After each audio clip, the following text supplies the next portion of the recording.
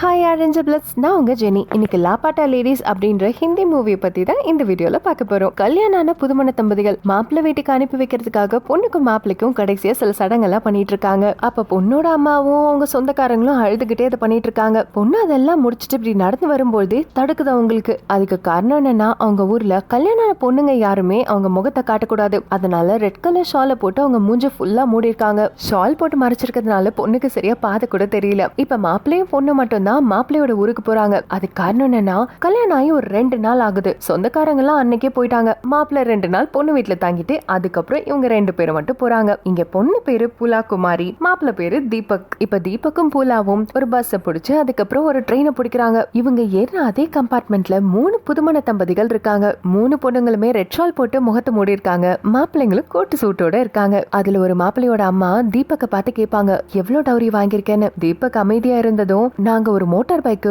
1.5 லட்சம் ரூபாய் காசு, அப்புறம் ஒரு செல்போன் வாங்கினோம் அப்படின்றத சொல்லுவாங்க. தீபக் எதுவும் சொல்லாததுனால இவனுக்கு ஏதாவது பிரச்சனையா இருக்கும் போல, அதனாலதான் எந்த காசும் வாங்காம வந்திருக்கான் அப்படின்னு அவங்களுக்குள்ளே பேசிப்பாங்க. அப்படியே நைட் ஆயிடும். எல்லாரும் தூங்கிட்டு இருக்கும் போது திடீர்னு தீபக் முடிச்சு பார்க்கும்போது அவனோட ஸ்டேஷன் வந்திருக்கும். பொண்ணு மட்டும் எழுப்பி கூட்டிட்டு வந்துருவான். திரும்பவும் ஆட்டோ பஸ்ன்னு டிராவல் பண்ணி அவங்க வீட்டுக்கு போயிருவாங்க. வீட்டுல சொந்தக்காரங்க எல்லாரும் மேல தாளத்தோட வெயிட் பண்ணுவாங்க. இவங்க வந்ததை பார்த்ததும் மேல அடிக்க ஆரம்பிச்சிருவாங்க. கூடவே தீபக்கோட அம்மா ஆரத்தியோட நின்னுட்டு இருப்பாங்க. மாப்பிள்ளைக்கும் பொண்ணுக்கும் ஆரத்தி எடுத்துட்டு தீபக்கு பொட்டு வைப்பாங்க. அப்புறம் பொண்ணுக்கு ஷாலை ஓபன் பண்ண சொன்னா, இவன் கல்யாணம் பண்ண பொண்ணு இல்லாம வேற ஒரு பொண்ணு இருக்கும். குடும்பமே ஷாக் ஆகி தீபக்க கண்ணா பின்னான்னு திட்ட ஆரம்பிச்சிருவாங்க. ட்ரெயின்ல நார்மலா லக்கேஜ் தொலைச்சாலே நமக்கு எப்படி திட்டு விழும்னு உங்களுக்கு தெரியும். அப்படி இருக்கும்போது பொண்ணையே மாத்தி கூட்டிட்டு வந்திருக்கான்றப்போ எல்லாரும் மாத்தி மாத்தி திட்ட ஆரம்பிப்பாங்க. அந்த பொண்ணு கிட்ட பேரை கேட்கும்போது புஷ்பாராணின்னு சொல்லுவாங்க. அப்ப உன்னை கல்யாணம் பண்ணிக்கிட்டவனோட பேரு அப்படின்னு கேட்கும்போது பக்கத்துல ஒரு ஆண்டி, நல்ல பொண்ணுங்க யாரும் புருஷனோட பேரு சொல்ல மாட்டாங்க அப்படின்னு சொல்லி முடிக்கிறதுக்குள்ள புஷ்பாராணி பங்கஜ் அப்படின்னு பேரை சொல்வாங்க. அப்புறம் எல்லாரும் மாத்தி மாத்தி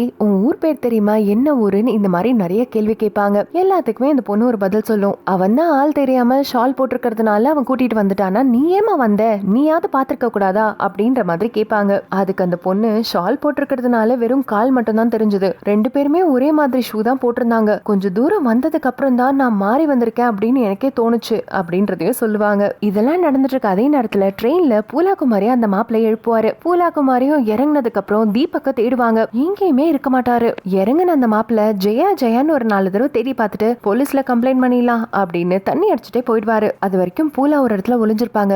ஏன்னா ஜெயாவை தேடின அந்த மாப்பிள்ளை பூலா கிட்ட வந்து, நீங்க யாராவது தேடுறீங்களா, நான் வேணா உங்களுக்கு உதவி செய்வா அப்படின்னு ஒரு மாதிரி தப்பான கண்ணோட்டத்துல பாப்பான். அதனால அவனால ஏதாவது ஆபத்து வந்துருமோ அப்படின்னு சொல்லிட்டு அவன் போற வரைக்கும் ஒளிஞ்சிருப்பாங்க. அப்புறம் ட்ரெயினும் போயிடும். ஸ்டேஷன்ல இவங்க மட்டும் தான் நிப்பாங்க. என்ன பண்றதுன்னு தெரியாம பூலா நின்னுட்டு இருக்கும் போது கால் இல்லாத பிச்சைக்காரன் ஒருத்தவன் பூலாவை துரத்துக்கிட்டே வருவான். அதுக்கு பயந்துட்டு பூலாவோட சின்ன பையன் மாதிரி இன்னொருத்தர் வருவாரு. ஓடாதீங்க, உங்களுக்கு என்ன உதவி வேணும் அப்படின்றத கேட்பாங்க. இவங்க 2 பேரும் பூலாவை ஸ்டேஷன் மாஸ்டர் கிட்ட கூட்டிட்டு போவாங்க. ஆனா ஸ்டேஷன் மாஸ்டருக்கு அதுக்கு மேல என்ன பண்ணுனே தெரியாது. ஏன்னா பூலாவுக்கு எந்த ஒரு கேள்விக்குமே பதில் தெரியாது. என்ன ஊருக்கு போறீங்கன்னு கேட்டா அது ஏதோ ஒரு பூ பேர்ல ஆரம்பிக்கும் அப்படின்றத சொல்லுவாங்களே தவிர அந்த ஊர் அவங்களுக்கு தெரியாது. அது மட்டும் இல்லாம பூலா கிட்ட ஒரு நகை கூட இருக்காது. ஏன்னா பஸ்ல வரும்போதே தீபக் இந்த மாதிரி இடத்துல எல்லாம் நிறைய திருடங்க இருப்பாங்க, அதனால என்கிட்ட கூட நான் பத்திரமா வச்சுக்கிறேன் அப்படின்ற மாதிரி சொல்லி எல்லாத்தையும் வாங்கிப்பாரு. சோ இந்த எல்லா விஷயமும் தெரிஞ்ச ஸ்டேஷன் மாஸ்டர், உன்னை வேணும்னே தொலைச்சிட்டு போயிருக்கான் போலயே அப்படின்ற மாதிரி சொல்லிடுவாரு. அன்னைக்கு நைட்டு பூலா அந்த பிச்சைக்காரங்க கூட தங்கிருவா. விடிஞ்சதும் முத வேலையா தீபக் போலீஸ் ஸ்டேஷன் போவாரு. அங்க போலீஸ் ஆபீசர் வாய் ஃபுல்லா பாக்கு போட்டுக்கிட்டு ரொம்ப திமிரா உட்கார்ந்திருப்பாரு. அவர்கிட்ட போய் தீபக் அவரோட கல்யாண போட்டோ காட்டி இந்த பொண்ணு மிஸ்ஸிங் அப்படின்னு சொல்லுவாரு. அந்த போலீஸ் ஆபீசரும் அந்த போட்டோவை பார்த்துட்டு தீபக்க ஒரு முறை மறுப்பாரு. ஏன்னா அதுலயுமே அந்த பொண்ணு ஃபுல்லா ஷால் போட்டு முகத்தை மூடி இருக்கும். சோ பூலாவோட முகம் அந்த கல்யாணத்துக்கு யார் வந்தாங்களோ அவங்கள தவிர வேற யாருக்குமே தெரியாது. அப்புறம் தீபக் கிட்ட அடையாளத்துக்கு ஏதாவது சொல்லுங்கன்னு கேட்கும்போது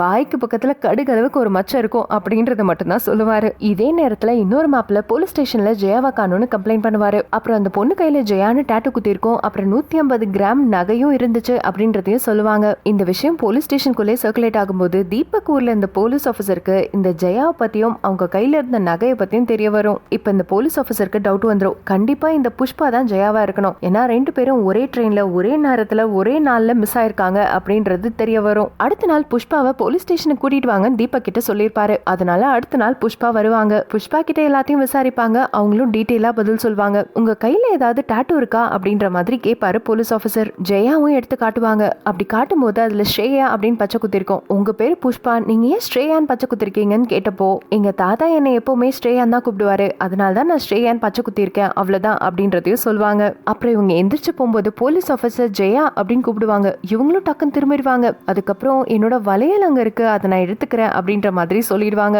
பட் போலீஸ் ஆபீசருக்கு டவுட் வந்துரும். ஏன்னா ஜெயான்ற பேரு கொஞ்சம் ஹிந்தி எழுத்த மாதிரினா ஸ்ரேயா அப்படின்ற மாதிரி மாத்திக்கலாம் டாட்டூல அப்படின்றது அவருக்கு புரிய வந்துரும். இப்ப இந்த போலீஸ் ஆபீசர் ஜெயாவை பத்தின உண்மையை தெரிஞ்சுக்கணும் அப்படின்றதுக்காக புஷ்பாவை ஃபாலோ பண்ண ஆரம்பிப்பாரு. இதெல்லாம் நடந்துட்டு இருக்க அதே நேரத்துல தீபக்கும் எல்லா ஸ்டேஷனும் போய் பூலாவை தேட ஆரம்பிப்பாரு. அப்புறம் பட்டியலா ரயில்வே ஸ்டேஷன்ல பிச்சைக்காரங்க கூட இருந்த பூலாவும் அந்த ஸ்டேஷன்லயே வடை விக்கிற ஒரு அம்மா கிட்ட கூட்டிட்டு போவாங்க இந்த ரெண்டு பிச்சைக்காரங்களும். அந்த அம்மாவும் இந்த பொண்ணு கிட்ட நிறைய சொல்லுவாங்க. கண்டிப்பா உன் புருஷன் வரமாட்டான், உன்னை ஏமாத்திட்டு தான் போயிட்டான், நீ தேவையில்லாம நம்பிட்டு இருக்காத அப்படின்றதெல்லாம் சொல்லுவாங்க. ஆனா பூலா இல்ல இல்ல அவர் அப்படி கிடையாது, கண்டிப்பா எனக்காக வருவாரு அப்படின்றது ரொம்பவே ஸ்ட்ராங்கா நம்பிட்டு இருப்பாங்க. அப்புறம் இந்த பக்கம் தீபக் வீட்டுல இந்த புஷ்பாவும் அவங்க கையில இந்த வலையில அடகு கடையில வச்சு போஸ்ட் ஆபீஸ், இன்டர்நெட் சென்டர், அப்புறம் நிறைய கடைகளுக்கும் போயிட்டு வருவாங்க. புஷ்பாவை கம்ப்ளீட்டா இந்த போலீஸ் ஆபீசரும் கான்ஸ்டபிளும் ஃபாலோ பண்ணிட்டே இருப்பாங்க. ஏதாவது ஒரு போட்டோவாத அவங்களை எடுத்துட முடியாதான்னு. அது மட்டும் இல்லாம புஷ்பா ஒரு செல்போனும் வச்சிருப்பாங்க. அவங்க வச்சிருந்த அந்த பழைய சிம்மை எரிச்சு தூக்கி போட்டுட்டு வேற ஒரு புது சிம்மை வாங்கி போட்டிருப்பாங்க. இந்த மாதிரி நிறைய சீக்கிரட்டான விஷயங்கள் புஷ்பா நிறைய பண்ணாலும் தீபக் வீட்டுல இருக்கிற எல்லார்கிட்டயுமே ரொம்ப நல்லா பேசுவாங்க.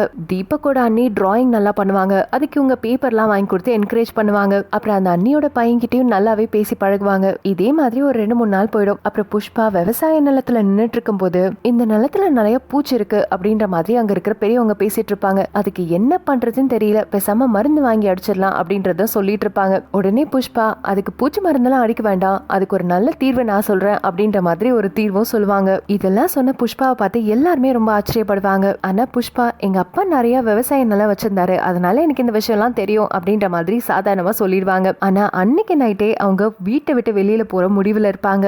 நைட்டு எல்லா பேக்கையும் பேக் பண்ணிட்டு வெளியில வரும்போது தீபக் குடிச்சிட்டு வருவாரு. மயங்கி விழுந்தவரை பார்த்ததும் புஷ்பா கூட்டிட்டு போய் ரூம்ல விடுவாங்க. அப்ப பூலா பூலான்னு சொல்லி புலம்பிட்டே இருப்பாரு. அதனால உங்களுக்கு ஒரே பாவமாயிடும். சரி இன்னைக்கு போக வேணாம்னு சொல்லி முடிவெடுத்துருவாங்க. அடுத்த நாள் காலையில போலீஸ் ஸ்டேஷன்ல ஜெயாவோட போட்டோ ஃபேக்ஸ்ல வரும். அதை பார்த்த உடனே போலீஸ் ஆபீசர் இதுக்கு தான் வெயிட் பண்ண அப்படின்னு சொல்லிட்டு டைரக்டா தீபக் வீட்டுக்கு வந்து ஜெயாவை அரெஸ்ட் பண்ண வருவாரு. இவ புஷ்பா கிடையாது ஜெயா, இவ்வளவு நாள் உங்களை ஏமாத்திட்டு இருந்த திருடி இவ அப்படின்னு சொல்லி அரெஸ்ட் பண்ணிட்டு போயிடுவாங்க. தீபக்கும் இப்படி ஏமாத்திட்டாலே அப்ப இவ தான் பூலாவை ஏதோ பண்ணிருக்கணும் போல அப்படின்னு சொல்லிட்டு ரொம்பவே கோமாயிடுவாரு. ஜெயாவை போலீஸ் ஸ்டேஷன் கூட்டு போனதுக்கு அப்புறம் தீபக்கோட ஃப்ரெண்ட் ஒருத்தன் வருவான். அவன் கையில ஒரு போஸ்டரும் வச்சிருப்பான். இந்த போஸ்டர் பாரு அப்படின்னு தீபக் கிட்ட காட்டுவான். அந்த போஸ்டர்ல காணவில்லை பூலா குமாரி அப்படின்னு பூலா குமாரியோட போட்டோவை டிராயிங் பண்ணிருப்பாங்க. ஒரு வேலை கிடைச்சாங்கன்னா இந்த நம்பருக்கு கால் பண்ணுங்க அப்படின்னு ஜெயாவோட போன் நம்பரையும் கொடுத்திருப்பாங்க. இந்த போட்டோ எப்படி கிடைச்சதுன்னு கேட்ட உடனே அவங்க அண்ணி நான் தான் வரைஞ்சா அப்படின்றத ஒத்துப்பாங்க. என்ன ஜெயா தான் வரைய சொன்னா அப்படின்றதையும் சொல்லுவாங்க. ஒருவேளை அவ கெட்ட பொண்ணா இருந்தா அவ ஏன் பூலாவை கண்டுபிடிக்கிறதுக்கு இந்த மாதிரி உதவி செய்யணும், இந்த போஸ்டரை எல்லா இடத்துலயும் ஒட்ட சொல்லிருக்காங்க, அது உனக்கு தெரியுமா அப்படின்ற மாதிரி தீபக் கிட்ட அவன் ஃப்ரெண்டு சொல்லுவான். தீபக்கும் வேகமா போலீஸ் ஸ்டேஷன் போவான். எல்லா விஷயத்தையும் போலீஸ் ஆபீசர் கிட்ட சொல்லுவான். போலீஸ் ஆபீசர் இப்ப ஜெயாவை கூப்பிட்டு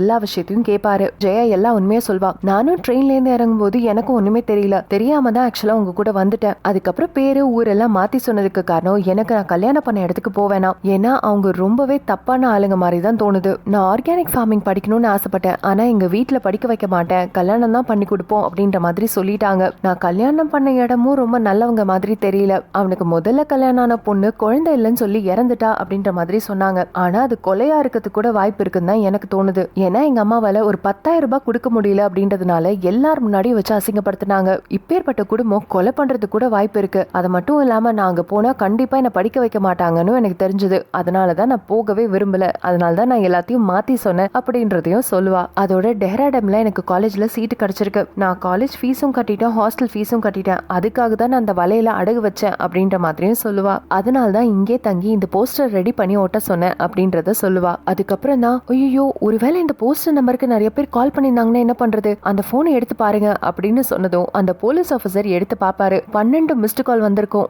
ஏன்னா இதெல்லாம் நடந்துட்டு இருக்க அதே நேரத்துல அந்த போஸ்டர் பூலா குமாரி கையிலயும் கிடைக்கும். அப்புறம் அந்த ஸ்டேஷன் மாஸ்டர், பூலா குமாரி, வடை போட்டுறாமா, அப்புறம் அந்த 2 பிச்சைக்காரங்களும் கால் பண்ணிக்கிட்டே இருப்பாங்க அந்த நம்பருக்கு. இதுக்கு மேல கால் பண்ணிக்கிட்டே இருந்தா வேலைக்காகாது. இப்ப போற ட்ரெயின் உன் புருஷனோட ஊரை தாண்டி தான் போகுது. சோ 9 ஸ்டேஷன் தள்ளி இறங்கிடு, கரெக்டா எண்ணிட்டே போ, கரெக்டா 9வது ஸ்டேஷன்ல இறங்கிடு, ஓகேவா அப்படின்னு சொல்லி அனுப்பி விடுவாங்க. பூலா குமாரியும் ரொம்ப சந்தோஷமா ட்ரெயின் ஏறிடுவாங்க. அதே நேரத்துல அந்த 12 மிஸ்டு கால் பார்த்துட்டு போலீஸ் ஆபீசர் அது நம்பருக்கு கால் பண்ணுவாரு. அப்ப பட்டேலா ஸ்டேஷன் மாஸ்டர் எடுப்பாரு. எடுத்து பூலா இங்க தான் இருந்தாங்க, பட்டேலா ஸ்டேஷன் தான் இது அப்படின்னு சொல்றதுக்குள்ள ஜெயாவோட போன் சார்ஜ் இல்லாம டெட் ஆயிடும். அப்புறம் போலீஸ் ஆபீசர் பட்டேலா ஸ்டேஷன்ல தான் இருக்காங்களா அப்படின்னு டீடைல தீபக் கிட்ட சொல்லி போய் பார்க்க சொல்வாரு. பட் தீபக் ஜெயா விட்டு போக மாட்டேன், ஜெயாவையும் கூட்டிட்டு தான் போவேன் அப்படின்ற மாதிரி சொல்லுவாரு. பட் போலீஸ் ஆஃபீஸர் ஜெயா ஒரு கிரிமினல், அவங்க இங்கதான் இருப்பாங்க, அது மட்டும் இல்லாம அவங்களோட ஹஸ்பண்டுக்கு இன்ஃபார்ம் பண்ணியாச்சு, அவரும் வருவாரு அப்படின்ற மாதிரி சொல்லுவாங்க. அப்புறம் தீபக்கோட ஃப்ரெண்டு நான் ஜெயாவை பாத்துக்கிறேன், நீ போய் பூலாவை கூப்பிடு அப்படின்ற மாதிரி அனுப்பி விட்டுருவாரு தீபக். அப்புறம் ஜெயாவோட ஹஸ்பண்ட் வருவா. போலீஸ் ஆஃபீஸருக்கு ஒரு கட்ட காசை கொடுத்துட்டு இந்த கேஸ் அப்படியே க்ளோஸ் பண்ணிடுங்க அப்படின்ற மாதிரி சொல்லுவா. உடனே போலீஸ் ஆஃபீஸரும் சரி க்ளோஸ் பண்ணியாச்சு, முடிஞ்சிருச்சு, கூட்டிட்டு போங்க அப்படின்ற மாதிரி சொல்லிடுவாரு. அப்ப போலீஸ் ஸ்டேஷன்லயே ஜெயாவோட புருஷன் ஜெயாவை பார்த்து என்ன எல்லா நகையும் திருடிட்டு போறியா, ஏமாத்திட்டு ஓடுறியா அப்படின்னு சொல்லி ஜெயாவை ஒரு அரைஞ்சிட்டு அந்த நகையெல்லாம் வாங்கி பாக்கெட்ல போட்டுப்பான். இதை பார்த்த போலீஸ் ஆஃபீஸர் கேஸ் என்னமோ முடிஞ்சிருச்சுதான், ஆனா அவங்கள இங்க விட்டுட்டு போங்க, அவங்க மேஜர், அவங்க என்ன பண்ணணும்னு நினைக்கிறாங்களோ அவங்க அதை பண்ணலாம் அப்படின்றதையும் சொல்லுவாரு. உடனே ஜெயாவோட புருஷனுக்கு சமக்கம் வந்துரும். அது எப்படி நீங்க இப்படிலாம் சொல்லலாம், நான் யார் தெரியுமா அப்படின்ற மாதிரி எல்லாம் பேச ஆரம்பிப்பாரு. உடனே போலீஸ் ஆஃபீஸர் ஒரு பொண்ணு அடிச்சு பிசிக்கல் ஹராஸ்மெண்ட் பண்ணிருக்கீங்க, அதுக்கு 4 கான்ஸ்டபிளும் சாட்சி, இதுக்கு மேலேயும் அந்த பொண்ணு கிட்ட டவுரி கேக்குறீங்க, அதுக்கும் கேஸ் போடலாம், அது மட்டும் இல்லாம எனக்கு லஞ்சம் வர கொடுத்துருக்கீங்க, அதுக்கும் கேஸ் போடலாம் அப்படின்ற மாதிரி மிரட்டுவாரு. அப்புறம் நகையை மொத்தமும் ஜெயா கிட்ட கொடுக்க சொல்லிட்டு அவனை போ சொல்லிடுவாரு. ஜெயாவும் போலீஸ் ஆஃபீஸருக்கு நன்றி சொல்லிட்டு அந்த நகையெல்லாம் போலீஸ் ஆஃபீஸர் கிட்ட கொடுப்பாங்க. பட் அந்த போலீஸ் ஆஃபீஸர் இதெல்லாம் உங்க அப்பா கஷ்டப்பட்டு சம்பாரிச்சது, இதெல்லாம் உங்களுக்கு தான் சேரணும் அப்படின்னு சொல்லிட்டு ஜெயா கிட்ட கொடுத்துருவாரு. அப்போ ஜெயா தாலியை கழட்டி டேபிள்ல வச்சுட்டு இது எனக்கு சொந்தம் கிடையாது அப்படின்னு சொல்லி அதை போலீஸ் ஸ்டேஷன்லயே விட்டுட்டு போயிடுவாங்க. இந்த சமயத்துல தீபக்கும் ஸ்டேஷன் போயிடுவாரு. அந்த ட்ரெயின் எங்க போகுதுன்னு கேட்டப்போ இது பட்டேலா போகாது, பட்டேலாக்கு போற ட்ரெயின் 9 மணிக்கு தான் வரும் அப்படின்ற மாதிரி அந்த ஸ்டேஷன் மாஸ்டர் சொல்வாரு. தீபக் திரும்புறதுக்குள்ள பூலா அங்கேருந்து கத்துவாங்க. உடனே தீபக்கும் ஓடி போய் கட்டி பிடிச்சுப்பாரு. அப்புறம் தீபக் ஃபேமிலியும் பூலாவும் ஜெயா காலேஜ் போறதுக்கு அவங்கள பஸ் ஏத்தி விடுவாங்க. அப்ப பூலா ஜெயா கிட்ட சொல்லுவாங்க நீ இல்லனா என்ன கண்டுபிடிச்சிருக்கவே முடியாது அப்படின்னு சொல்லி கட்டி பிடிப்பாங்க. அப்ப ஜெயாவும் நீ இல்லனா என்ன நானே கண்டுபிடிச்சிருக்க முடியாது அப்படின்ற மாதிரியும் சொல்லி ஹக் கொடுப்பாங்க. இப்ப ஜெயா சந்தோஷமா அவங்க கனவு தேடி போயிடுவாங்க. தீபக்கும் பூலாவும் கை கோத்துக்கிட்டே அவங்க வீட்டுக்கு நடந்து போவாங்க. இதுதான் லாபாட்டா லேடிஸ். லாபாட்டானா மிஸ்ஸிங்னு அர்த்தம். So missing ladies. இந்த கதை உங்களுக்கு பிடிச்சிருக்கா? இத மாதிரி எந்த படம் கேட்கணும்னு ஆசைப்படுறீங்கன்றத மறக்காம கமெண்ட்ல சொல்லுங்க. Bye bye from Rakesh and Jenny.